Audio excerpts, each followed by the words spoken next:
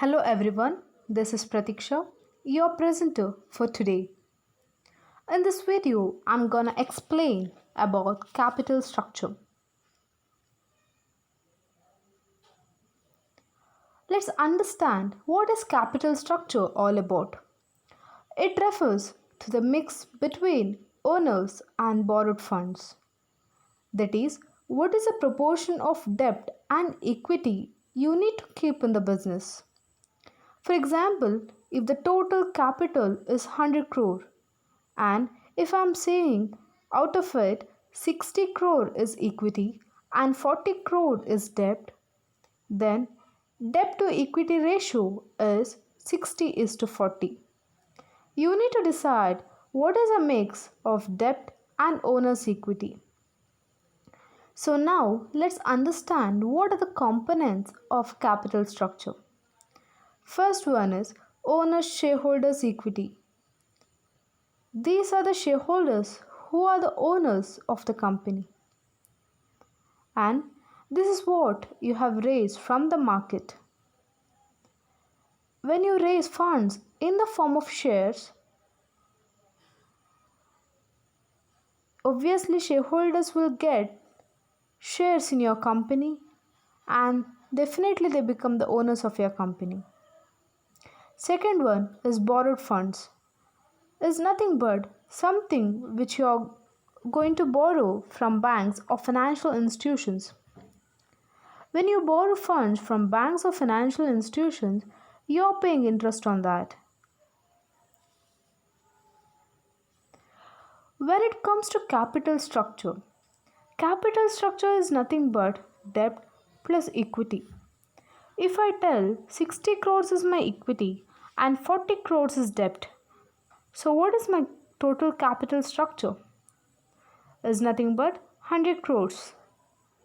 Now, let us understand how to find the proportion of debt in the total capital structure. That is nothing but, in order to find the proportion of debt in the total capital structure, we need to divide debt by debt plus equity. In the same way, in order to find the proportion of equity in the total capital structure, we need to divide equity by debt plus equity.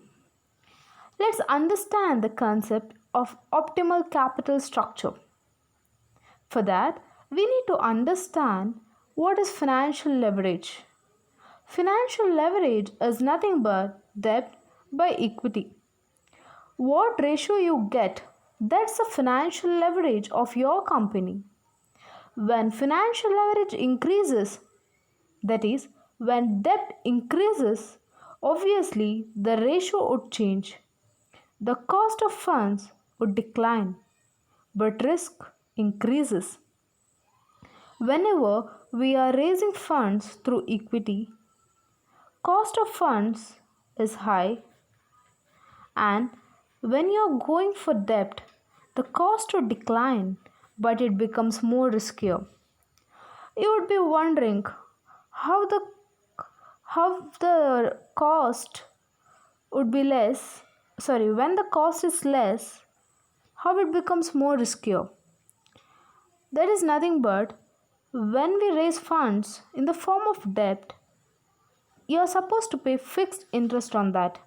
You need to keep on paying interest to financial institution or bank. So, you need to keep on ensuring your business is in profits. Otherwise, there would be an issue. In order to explain the optimal capital structure thoroughly, let me explain some of the aspects.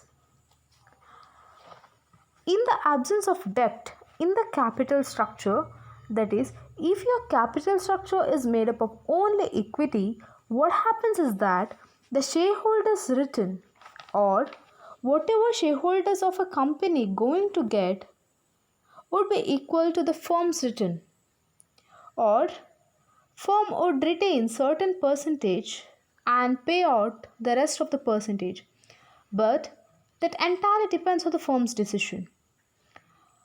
Whatever the profits of the company is going to get, it would be given to the equity shareholders. Whenever you use debt in an organization capital structure, what happens is that it affects both the returns and the risk of the shareholders. There are chances that it may increase a return on equity fund, but always remember it increases the risk as well. When equity shareholders are there, entire capital is made out of only equity. Whatever the profits of the company is going to get, the entire money would be going to be given to the equity shareholders.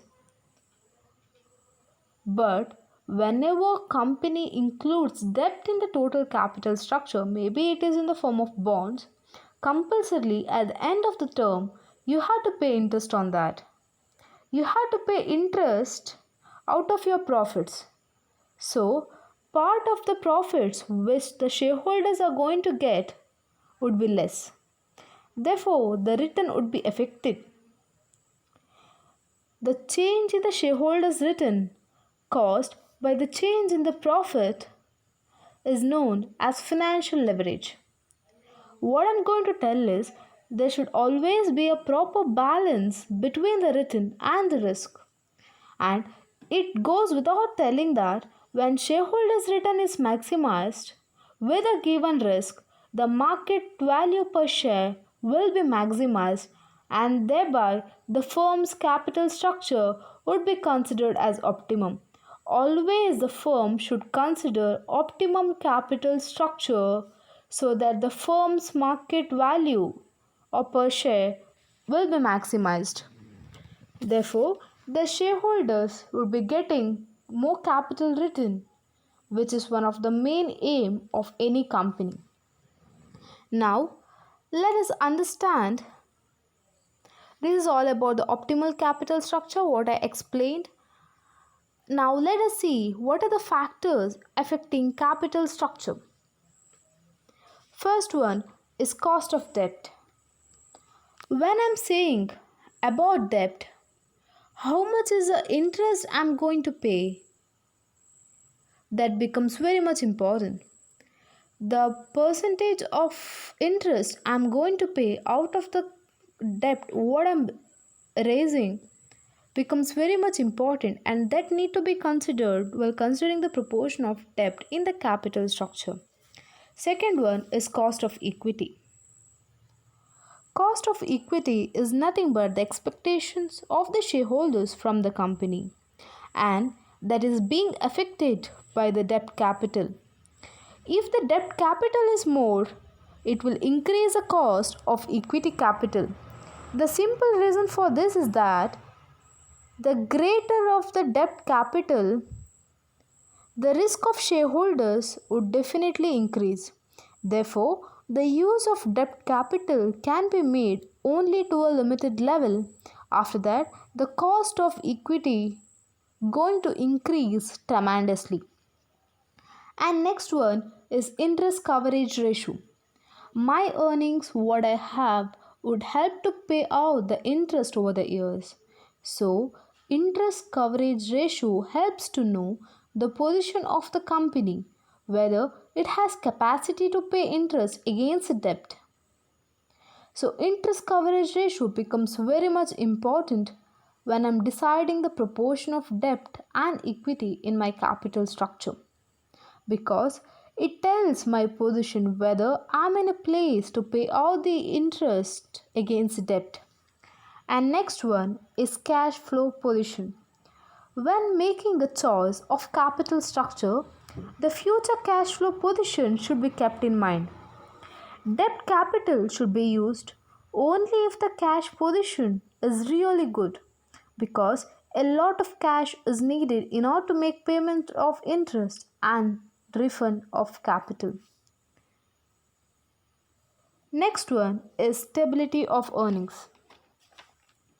The sale and stability of income affects the quantum of leverage. That is, the sale and stability of income affects the amount of leverage. The companies which have stability in income and sales can use more amount of debt in their capital structure. they can easily pay their fixed financial charges. The industries producing consumer goods face more fluctuations in their sales and therefore use lesser amount of debt. The companies whose sales are decreasing should not use debt of preference share capital because they face difficulty in the payment of interest and preference dividend, as a result of which company would be liquidated. Next one is degree of competition. If in an industry the degree of competition is high, such companies in that industry should use greater degree of share capital as compared to the debt capital. On the other hand, the industries in which the degree of competition is not so high have the tendency of stable income and therefore they can use more debt. Next one is stages of life cycle. Stage of the life cycle of a firm is also important factor affecting the capital structure. If a firm is in its initial stage, that is, if the firm is just stepping into the market, there are more chances of its failure.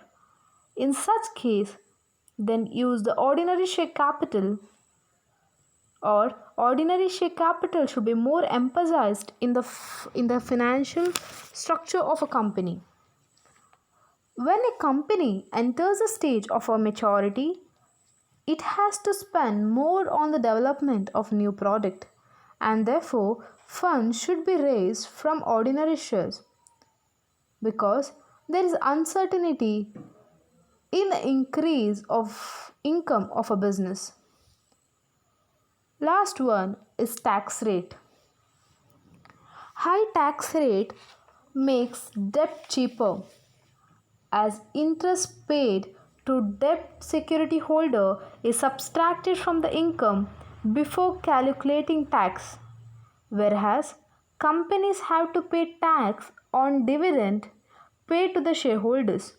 So, high tax rate means prefer debt, whereas low tax rate means we can prefer equity in the capital structure. Thank you.